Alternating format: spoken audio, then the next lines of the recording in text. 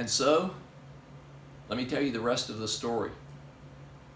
Edel saw the picture of Kurt Nelson and me, and he had no idea that the two of us knew each other, but we had known each other for a very long time. In fact, in 1972, a girl came to our Super Summer Camp, and later in the year when we had Christmas Challenge, she came to our first Christmas Challenge conference.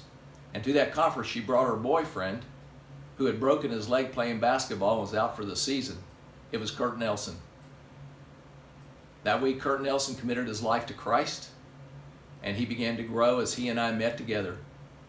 We remained friends all through high school, and then when he went to the University of North Carolina, he traveled with me various places to just hang out together and spend time doing ministry together. So we became closer friends, and we've remained friends all these years. In the 1990s, Reach Out wanted to go to Cuba. We felt like the Lord was leading us to go there, and we tried, but we'd had 2 failed attempts. And so when I mentioned that to Kurt Nelson, he said, "Barry, why don't you just go with us?"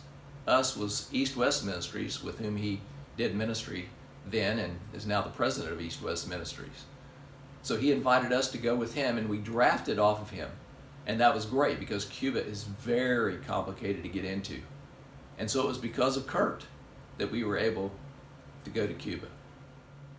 20 years later, Edel saw the picture of Kurt and me. He was very surprised. And as we began to talk about it, it was pretty amazing how the Lord had made the divine connections between us. From Barry to Kurt, from Kurt to Edel, from Kurt back to Barry to get into Cuba, from Barry to Edel, and now to the 70 Eagle leaders, our trainers of trainers all across Cuba, who are reaching and discipling teenagers.